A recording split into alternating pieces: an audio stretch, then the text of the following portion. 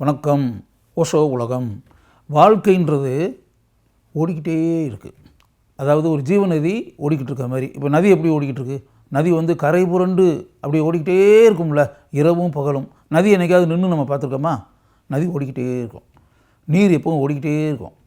நீர் ஓடி ஓடி ஓடி ஓடி போய் கடலில் போய் கலக்கும். இதான் நம்ம பொதுவாக பார்த்துக்கிட்டு இருக்கிறது. அப்போ நதி எப்படி நிற்காமல் ஓடிக்கொண்டே இருக்கிறதோ அதே போல தான் வாழ்க்கையும். வாழ்க்கை என்பதும் ஓடிக்கிட்டே இருக்கும். வாழ்க்கை நின்றுக்கிட்டு இருக்காது. இப்போ நேற்று நீங்கள் எப்படி இருந்தீங்களோ அப்படி இன்றைக்கி இல்லை. நாளைக்கு நீங்கள் இன்றைக்கி எப்படி இருக்கீங்களோ இதேமாதிரி நாளைக்கு நீங்கள் இருக்க மாட்டீங்க. உங்களை சுற்றி இருக்கக்கூடிய அனைத்து விஷயங்களுமே மாறிக்கொண்டே இருக்கும். அனைத்து பொருட்களும் இடம் மாறிக்கொண்டே இருக்கும். அனைத்து சம்பவங்களும் மாறிக்கொண்டே இருக்கும். மனிதர்கள் மாறிக்கொண்டே இருப்பார்கள். அதுதான் உண்மை. லைஃப்ன்றது it is not static, it is flowing. Flow ஆகிக்கிட்டே இருக்குது. அப்படி அப்போ வாழ்க்கை நதியை போல் ஓடிக்கொண்டே இருக்கிறது. இதுதான் உண்மை. ஆனால் என்னென்னா, வாழ்க்கை ஓடிக்கொண்டே இருக்குது. ஆனால் அந்த வாழ்க்கையை வாழக்கூடிய மனிதர்கள் இருக்காங்களே, உங்களை ஒரு நகராமல் அந்த வாழ்க்கையினுடைய ஓட்டத்தோடு சேர்ந்து நீங்களும் ஓடணும்ல.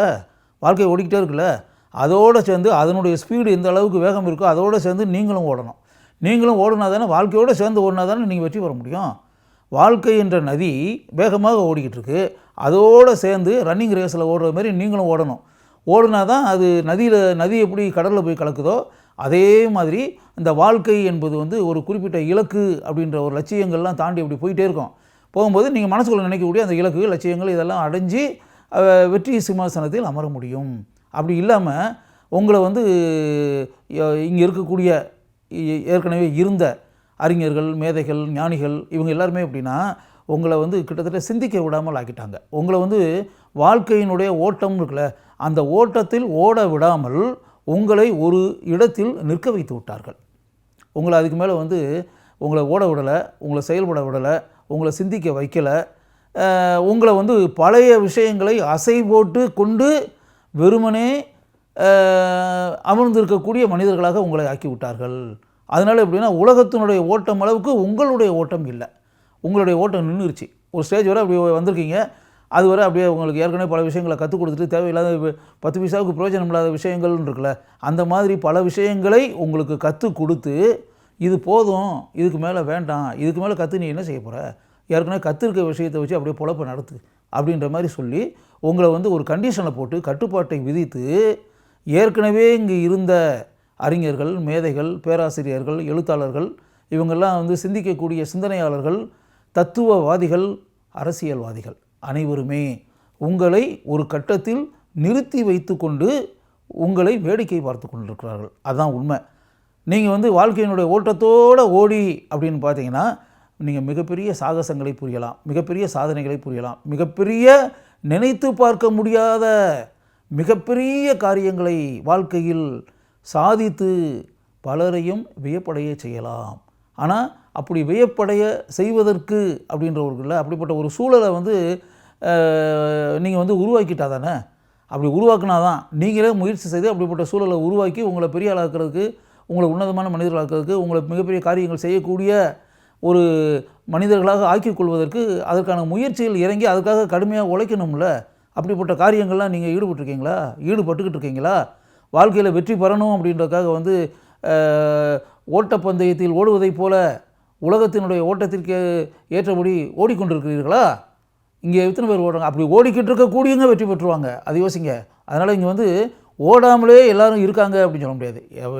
எழுத்தாளர்களோ, கவிஞர்களோ, மேதைகளோ, அரசியல்வாதிகளோ, ஆன்மீக பெரியவர்களோ 1000 விஷயங்களை கூறியிருக்கலாம்.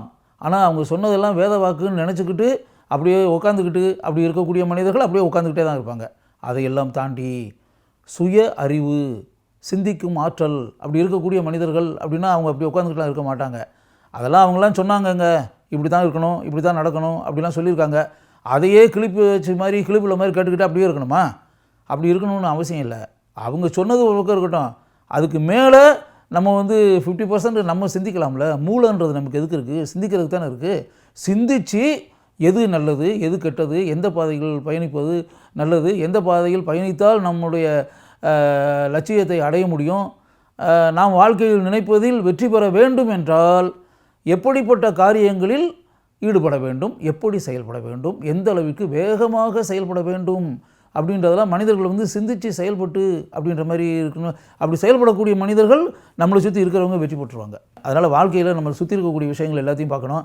வாழ்க்கை என்பது ஓடிக்கொண்டே இருக்கிறது, செயல்பட்டு கொண்டே இருக்கிறது, நகர்ந்து கொண்டே இருக்கிறது அப்படின்றத புரிஞ்சுக்கிறணும். வாழ்க்கைன்றது ஸ்டாட்டிக்காக இல்லை, ஒரு இடத்துல நிற்கலை, அப்படி இயங்கிக்கிட்டே இருக்குது. அப்போ வாழ்க்கை என்பது இயங்கிக் கொண்டே இருக்கும்போது அந்த வாழ்க்கையில் பங்கு பெற்று இருக்கக்கூடிய உயிரினங்கள்லாம் எல்லா மிருகங்கள், பிராணிகள், மனிதர்கள் எல்லாரும் தான் எல்லாமே ஓடணும், செயல்படணும், காரியங்களை செய்ய வேண்டும், எப்போவுமே ஆக்டிவாக இருக்கணும். எப்போவுமே இருந்தால் மட்டும்தான் நம்ம வாழ்க்கையில் வந்து வெற்றி என்ற இலக்கை நாம் அடைய முடியும். அதை மனசுக்குள்ளே வச்சுக்கிட்டு இந்த உலகத்தில் இருக்கக்கூடிய மனிதர்கள் அனைவருமே பெரிய பெரிய ஆளுகள்லாம் சொன்னாங்க, பெரிய பெரிய ஞானிகள்லாம் சொன்னாங்க, பெரிய பெரிய ஆன்மீக பெரியவர்கள்லாம் சொன்னாங்கன்றதை மட்டுமே மனசுக்குள்ளே வச்சுக்கிட்டு அதோடு நிற்காமல் உங்களுடைய சொந்த ஆற்றலை வெளிப்படுத்தி, உங்களுடைய சொந்த திறமையை வெளிப்படுத்தி, உங்கள் சொந்த மூளையை பயன்படுத்தி, மூளை என்பது எதுக்காக இருக்குது? சிந்திக்கிறது தானே. பல விஷயங்களை நீங்கள் ஆசை போடணும்ல, பல விஷயங்களை நீங்கள் யோசிக்கணும்ல, பல விஷயங்களை சிந்தித்து பார்த்து எது நல்லது, எந்த வழியில் நாம் பயணித்தால் வாழ்க்கையில் வெற்றி பெற முடியும். வாழ்க்கை இவ்வளவு வேகமாக செயல்பட்டு கொண்டு இருக்கும்போது நாம் வெறுமனே விச்சிராந்தியாக ஒரு இடத்தில் அமர்ந்திருக்கலாமா? சோம்பேறியாக இருக்கலாமா? இருக்கக்கூடாது அல்லவா? வாழ்க்கை எப்படி வேகமாக நதியை போல ஓடிக்கொண்டிருக்கிறதோ அதே போல நாமும் வேகமாக ஓட வேண்டும், வேகமாக செயல்பட வேண்டும், நினைத்து பார்க்க முடியாத காரியங்களை செய்ய வேண்டும் அப்படின்ற மாதிரி ஒரு அர்ஜி அப்படின்றாங்கள, ஆர்வம், அப்படி ஒரு எண்ணம் உங்கள் மனசுக்குள்ளே வரணும்ல. அந்த எண்ணம் வந்தால்தான் நீங்கள் அப்படி செயல்படுவீங்க. அதனால் இந்த ப்ரோக்ராம் பார்த்துக்கிட்டு இருக்கக்கூடிய எல்லாருமே இந்த வாழ்க்கை என்பது என்ன அப்படின்றத கரெக்டாக புரிஞ்சுக்கிட்டு, பல மனிதர்கள் உங்களை வந்து கிட்டத்தட்ட நகர்ந்து போக விடாத அளவிற்கு, முன்னேறி செல்லாத அளவிற்கு, சாதனைகள் படைக்காத அளவிற்கு, ஒரே இடத்திலேயே உங்களை உட்கார வைக்க வேண்டும் என்று திட்டமிட்டு பல சதி வேலைகளை உங்களுக்கு செய்வார்கள். நீங்கள் வளரக்கூடாது, முன்னேறக்கூடாது, சாகசங்கள் செய்யக்கூடாது, சாதனைகள் புரியக்கூடாது, மிகப்பெரிய காரியங்களை வாழ்க்கையில் செய்து காட்டி கம்பீரமாக நீங்கள் புன்னகைக்கக்கூடாது அப்படின்றது தான் பெரும்பாலானோருடைய விருப்பமாக இருக்கும். அப்படி அவங்க விரும்புகிறாங்கன்றதுக்காக நம்ம அப்படி இருக்க முடியுமா? இருக்கக்கூடாது.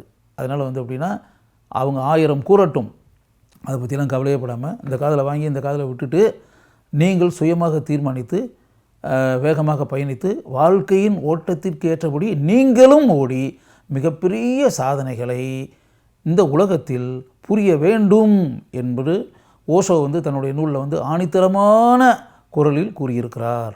அவர் கூறிய அந்த நல்ல விஷயம் உங்களுக்கு அவசியமாக கூறப்பட வேண்டியது அப்படின்ற மாதிரி நான் உணர்ந்ததால் இங்கு நான் அதை பதிவு செய்கிறேன்.